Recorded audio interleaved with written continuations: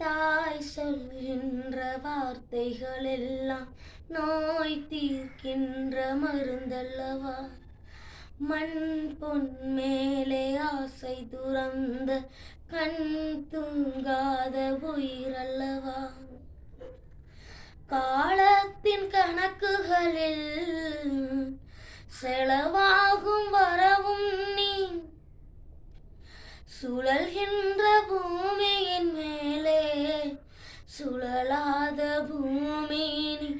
இறைவா நீ ஆணையிடு, தாயே எந்த மகளாய் மாற வராரிராரோ. நான் இங்கு பாட, தாயே நீ கண்ணுறங்கு, என்னோட மடி சாய்ந்து